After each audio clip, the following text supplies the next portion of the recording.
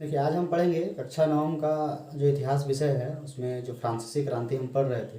पिछले वीडियो में हमने जाना था कि फ्रांसीसी क्रांति कब हुई थी और उसके जो कारण थे उसमें राजनीतिक कारण और जो सामाजिक कारण था वो हम जाने थे। और आज हम जो पढ़ेंगे वो बचा हुआ है आर्थिक कारण, विचारकों की भूमिका और तत्कालिक कारण। मैंने ये सब भी कारण था जो फ्रांसीसी क्रांति के उदय में ये मदद हुआ था। तो देखते हैं हम आर्थिक कारण क्या था। तो देखिए, फ्रांस जो है वहाँ पे लुई 14वां, लुई 16वां, लुई 15वां, इनके शासन में इतना मैंने 14वां के समय से ही काफ़ी सारा युद्ध हुआ था। इस वजह से राजकोष खाली हो चुका था वहाँ पे। और राजकोष खाली हो चुका था, फिर भी वहाँ पे फ्रांसीसी जो राजशाही परिवार थे वे अपनी विलासिता जीवन जीते थे और अपने जो व्यय था उसमें वो कमी करते ही नहीं थे। तो इस वजह से उन पर अर्थव्यवस्था की जो संकट है वो काफ़ी आ जा रही थी। और एक नीति था उनका, देखिए फ्रांस का क्या नीति था कि वहाँ के जो राजशाही लोग थे वो कैसे करते थे, आय के अनुसार व्यय ना कर व्यय के अनुसार आय करते थे। मतलब स्वाभाविक है कि हमको जितना आय होगा उसके अनुसार ना हम व्यय करेंगे, और ये व्यय के अनुसार आय करने की कोशिश करता था। और वो भी कैसे, जो वर्ग था वहाँ पे, समाज था वहाँ पे, वो तीन वर्ग में बटा हुआ था। आपका पादरी वर्ग, कुलीन वर्ग और फिर एक था हमारा जनसाधारण। तो दोनों में पादरी वर्ग और कुलीन वर्ग उनको विशेष अधिकार प्राप्त था, और जो जनसाधारण था उन पे बहुत सारे करों का बोझ लगता था। तो अपनी आय को वृद्धि करने के लिए वे क्या करते थे, जो जनसाधारण थे उन पर वो कर बहुत ज़्यादा डाल देते थे। तो स्वाभाविक है, इससे जो जनसाधारण लोग थे, जो स्टेट्स के लोग थे, उन पर अर्थव्यवस्था का जो बोझ है वो काफ़ी बढ़ जाता था। अतः यही कारण हुआ कि जो जनसाधारण थे उन पर आर्थिक काफ़ी दबाव आ गया, वो काफ़ी गरीब होते गए, उन पे पास आर्थिक समस्याएं काफ़ी पैदा हो गई, जिस वजह से वे लोग जो है फ्रांसीसी क्रांति को बढ़ाए, उनके उदय का कारण बने वो। ठीक है, आगे हम समझते हैं विचारकों की भूमिका। देखिए, विचारक वे लोग होते हैं जो विचार देते हैं कि क्या सही है, क्या गलत है, क्या करना चाहिए, नहीं करना चाहिए। जैसे हम अगर वर्तमान परिप्रेक्ष्य में बात करें, जैसे हमारे भारत की बात करें, तो जैसे लोकतंत्र का हमारे यहाँ पे चार स्तंभ है, जैसे विधायिका, कार्यपालिका, न्यायपालिका और उसके बाद पत्रकारिता। तो विधायिका, कार्यपालिका और न्यायपालिका, इन तीनों में अगर कहीं भी कुछ गड़बड़ियाँ होती है कुछ भी चीज़ की, तो उनको दिखाना पत्रकारिता की जिम्मेवारी होती है। तो ठीक इसी प्रकार उस समय के समझ लीजिए, ये पत्रकारिता विभाग के ही थे विचारक, समझिए। तो राज्य में क्या चल रहा है, क्या सही है, क्या गलत है, लोगों को सही मार्गदर्शन देना इन विचारकों का काम होता था। तो फ्रांस में जो प्रमुख विचारक थे उनको हम जानेंगे, उन्होंने ऐसा क्या किया जो कि वहाँ पे फ्रांसीसी क्रांति में इनके विचार जो है वो मदद किए। तो सबसे पहले देखिए, मॉन्टेस्क्यू। मॉन्टेस्क्यू ने एक पुस्तक लिखी थी, द स्पिरिट ऑफ लोज। इस पुस्तक में इन्होंने क्या किया, फ्रांस में जो निरंकुशवाद शासन व्यवस्था थी उसका उन्होंने घोर विरोध किया। इन्होंने कहीं नहीं कहा कि आप फ्रांस में जो है क्रांति करे, ऐसा उन्होंने नहीं कहा। उन्होंने कहा कि निरंकुशवाद जो है वो सही नहीं है, और फ्रांस में जो निरंकुशवाद व्यवस्था थी उसका उन्होंने विरोध किया, आलोचना करी उन्होंने।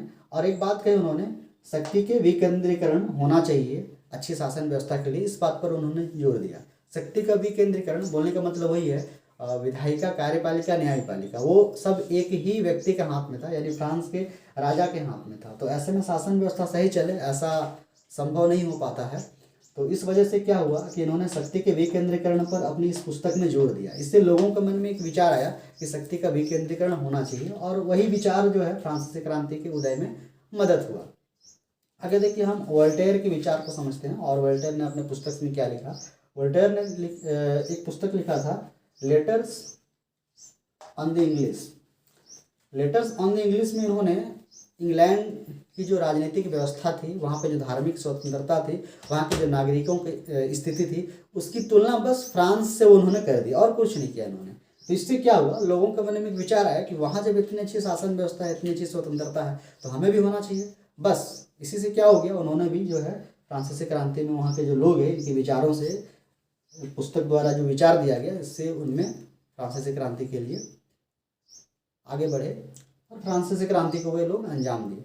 स्वाभाविक है, जैसे कि आप ऐसे भी आप सोचिए ना, जैसे कि मान लीजिए कभी कभी आप दो लोग अगर लड़ रहे होते हैं, या फिर उनमें ऐसा कि माहौल बन रहा होता है, तो क्या करते हैं कि लड़ाने वाले लोग, या फिर उनको समझाने, सिर्फ लड़ने की बात नहीं है, समझाने वाली बात में भी होती है, कोई कुछ पॉइंट्स वहाँ पे रख देता है। ये नहीं बोलता कि आप लड़ो या आप आपस में समझौता कर लो, ऐसा नहीं बोला जाता है। एक कोई ऐसा पॉइंट्स रख दिया जाता है, तो उससे क्या होता है, वो आपस में समझ जाते हैं या लड़ जाते हैं। तो ठीक इसी प्रकार विचारक भी कर रहे थे।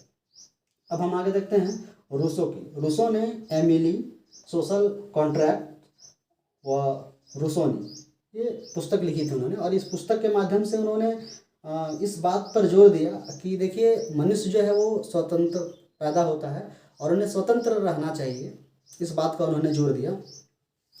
और साथ में उन्होंने ये कहा कि जो सत्ता होती है वो सत्ता में शासन जो है वो जनता की इच्छा के अनुसार होना चाहिए, बस ये बात उन्होंने रख दी। तो इससे क्या हुआ, लोगों के मन में आया कि हमारे यहाँ पे जो सत्ता है वो तो हमारी इच्छा के अनुसार नहीं चलती है, और हम तो हमें स्वतंत्रता भी नहीं है, ऐसा लोगों को लगने लगा। और यही भाव जो है फ्रांसीसी क्रांति का उदय का कारण बना। तो इन विचारकों की फ्रांसीसी क्रांति के उदय में ये पुस्तकों के माध्यम से अपने विचार दिए और लोगों में ये विचार आया, और जो कि फ्रांसीसी क्रांति के उदय का कारण बना। अब आगे हम जानते हैं तत्कालिक कारण। देखिए, तत्कालिक कारण वो कारण होता है जैसे कि एक कोई भी क्रांति से पहले या कुछ भी घटना होने से पहले एक माहौल बनता है, और माहौल बनता है तो एट ए टाइम कुछ ऐसी जो घटना हो जाती है वो तत्कालिक कारण होती है।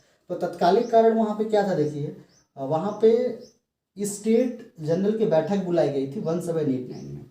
लुई 16वां उस समय वहाँ पे शासक था। तो ये बैठक वो इसलिए बुलाई गई थी क्योंकि फ्रांस की अर्थव्यवस्था काफ़ी गिर गई थी।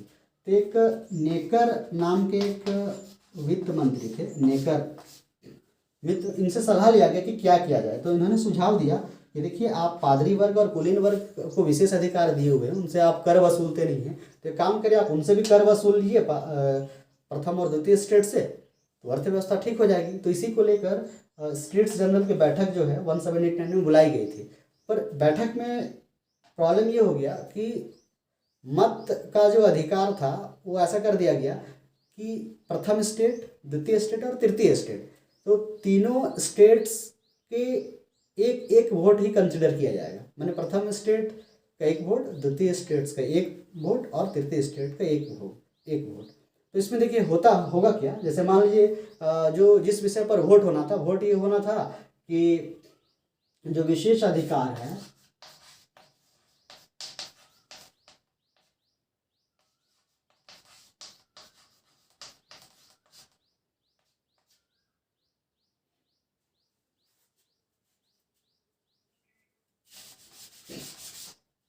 विशेष जो अधिकार मिला हुआ था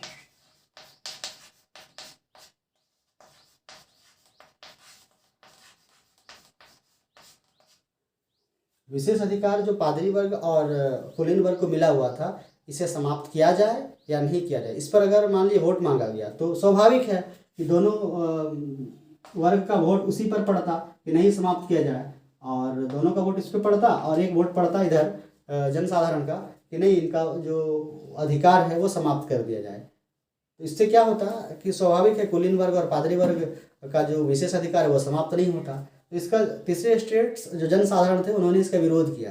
तो विरोध किया और उन्होंने क्या है कि इस बैठक का बहिष्कार किया। तो बहिष्कार किया और उन्होंने एक राष्ट्रीय जो सभा है वो घोषित कर दिया तीसरे स्टेट्स के लोगों ने, और लुई 16वां इसको मान्यता भी दे दिया।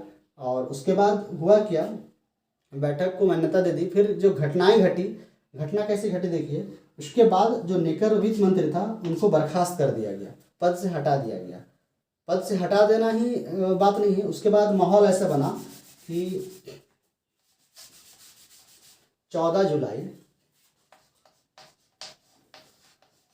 1789 इतना को क्या हुआ, सुबह को पेरिस जो शहर है वहाँ पे काफ़ी सारे सैनिक जो है शहर में फैल गए थे। तो इससे लोगों को लगा कि राजा शायद सैनिक हमला करा के जनताओं को मारना चाहता है, ऐसा एक लहर फैल गई। तो इससे क्या हुआ कि जो लोग हैं वो सोचे कि जब हमारे पास हमला होगा तो हमारे पास भी हथियार होना चाहिए।